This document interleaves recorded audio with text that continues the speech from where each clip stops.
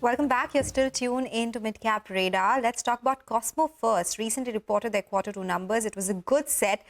They saw their revenue rise 14%, while EBITDA surged 41% on a YY basis. To discuss this and more, we are joined by Neeraj Jain, Group CFO at Cosmo First.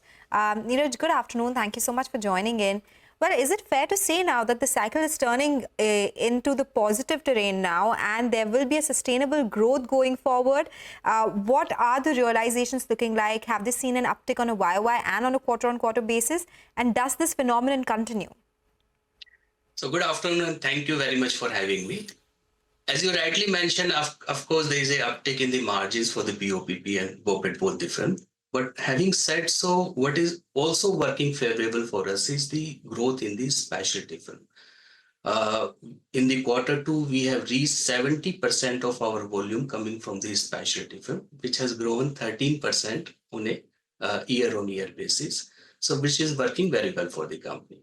For the BOPP and BOPET spread also, there is an uptick of between 30 to 40% because the demand-supply gap which got created in FY24 is getting bridged, and we are optimistic about the margin going forward.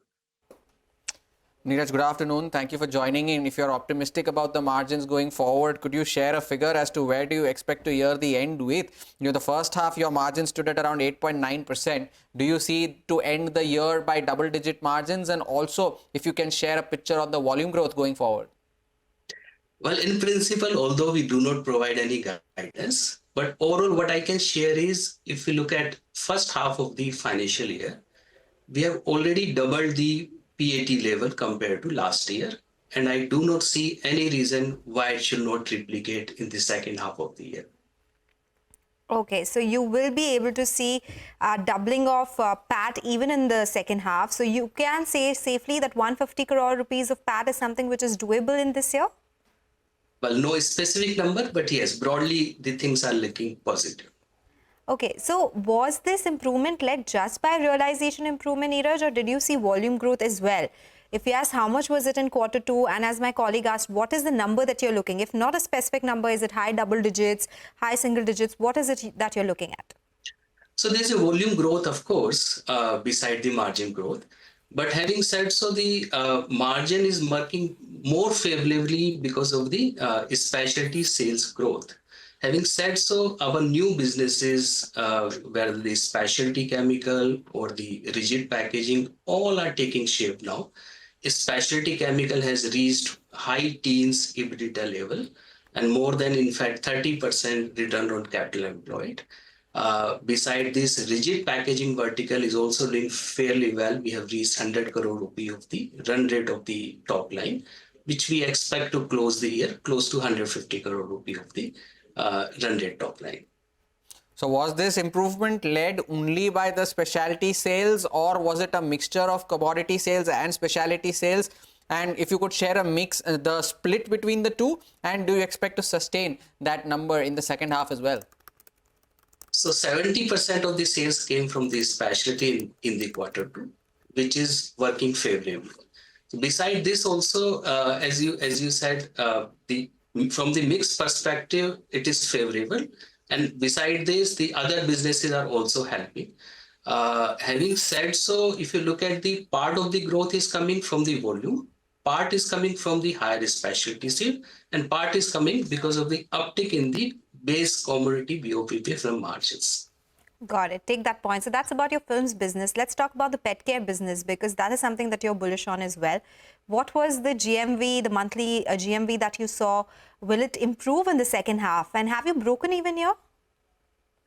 Well, Ziggly is taking very well shape. So if you look at the Q2, we have focused on two particular aspects. One is the vet services. We wanted to make Ziggly more focused towards the services. And second is we have launched a couple of private labels. So these two factors are helping us a lot. We have already reached close to 4 crore rupee of the monthly GMV. And yes, I mean, although break-even EBITDA is not yet achieved, but we feel that it's not very far off. Between 150 to 200 crore rupee of the top line, we should be able to achieve the break-even EBITDA for the Ziggly operation. Well, and is that possible in the second half of the year, Neeraj? And the last time you spoke to us, you had mentioned that Zigli was growing at the month-on-month rate of 7%. What has been the month-on-month growth rate this time around? The month-on-month growth definitely remains broadly in the same direction. Having said so, second half of the year, break-even for the Zigli may not be possible, but it should happen in maybe next 2 years' time. All right, that's about Zigli. Let's talk about the specialty chemical subsidiary. How big is it in terms of size? Because you spoke about it in Q1 that you will be commercializing multiple chemistries, including adhesives, coatings, master batches as well. How much EBITDA is coming just from specialty so far? And how do you look at it contributing going forward? So specialty chemicals business for us is close to 200 crore rupee of the top line, if I look at the run rate. And it's high teens EBITDA, and as I said, 30% plus return on capital employed. In the medium term, we see this business taking shape close to 500 crore rupee of the top line business.